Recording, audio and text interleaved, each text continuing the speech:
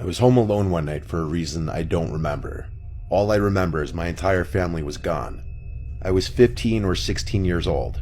I was a big gamer at the time. I was obsessed with StarCraft, and admittedly I'd sometimes spend a weekend night or two playing StarCraft or some other PC game. This was right before COVID lockdown started. I was playing StarCraft on my computer in my bedroom on the first floor. That's when the doorbell rang, twice. I hurried to the door, not wanting to be away from the game for too long in fear of losing. I got to the front door and said, "Who is it?" as I always would if I was alone. A soft and weak voice on the other side said something that I couldn't hear. It sounded like a woman.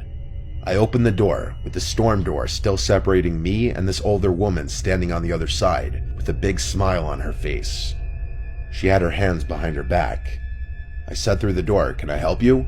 She said she needed to use a phone, and asked if she could come inside. Ever since I was a little kid, I was always taught not to let a stranger into the house, ever. That included women. I felt so awkward though, I didn't know how to turn her away. I redirected her to the library a few blocks down, because they'd surely have a phone. Deep down I knew the library was closed at this point, but I was just trying to get the stranger who was trying to get into my house to leave. She was still smiling, but what she said next did not match her smile. She said, "That's very rude to turn away an old lady asking for help." I replied the only way I could think to, and that was that my parents don't allow strangers into the house. It's a house rule. I slowly started closing the door as I was saying sorry, and she just stood there, not moving but still smiling at me, and though her smile never changed, it suddenly felt much more menacing. I was walking back to my room when the doorbell rang again. There was no way in hell I was opening the door again. That woman radiated weird vibes from the start. Maybe something was wrong with her, maybe she wasn't all there. These were things I had no way of knowing, and maybe that was selfish of me to send her on her way, but I just wasn't opening the door for anyone when I was home alone. I went back to my game. Not too long after I sat back down, I heard something tapping on the window. It was a clinking type sound from something metal. The window was directly in front of my desk. I had the blind pulled down so I couldn't see what was making the noise, but I already had an idea. My room was the only room with a light on in the house. The horrible thought that it was the old woman from just before, and that she walked over to my window, terrified me. I turned off the sound on my computer. At this point, I didn't care about my game anymore. The clinking sound on the window persisted. I basically said, "F this," and up and left to a different room in the house. I sat in the darkness of the living room for a bit, when the doorbell rang again. This woman was harassing me now. I tried to convince myself she wasn't a threat, just some crazy old woman who's probably clueless as to where she is. When she rang the doorbell a second and third time, I decided to go open the door and ask her if there's someone I could call for her.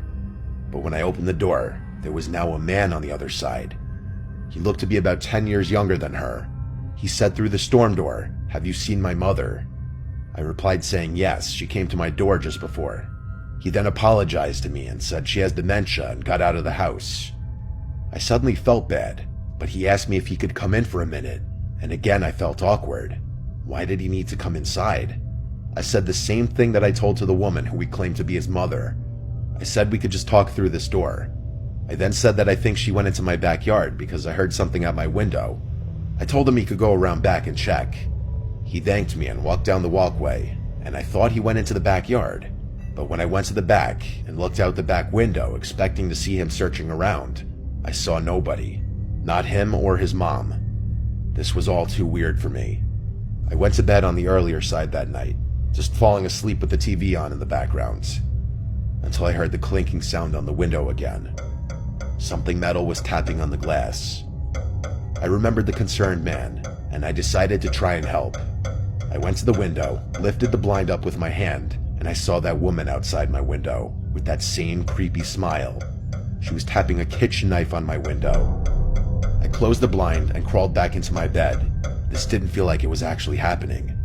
A suspiciously short amount of time later, the doorbell rang like 4 times. The clinking on the window stopped by this point. This was all too suspicious. It felt like some kind of robbery attempt. I ignored the doorbell. I stayed in my bed. I was gonna wait this out. I didn't have a cell phone at this time. I wasn't the most social guy growing up. I also didn't want to call the police for some reason. I waited this all out until it finally stopped. The next morning, I told my dad what happened when I called him. He told me I was smart not to open the door. Everyone agreed that everything about it sounded like an attempted robbery. Is there a chance that maybe that woman really did have dementia and that the man was really her concerned son? Maybe, but it all seemed too coordinated. Why did he want to come into the house too? How did he even know she came to my house specifically? Why didn't he ever go into the backyard to look for her when I gave him permission to do so? Too many unanswered questions that lead me to believe I avoided something terrible happening if I opened that door.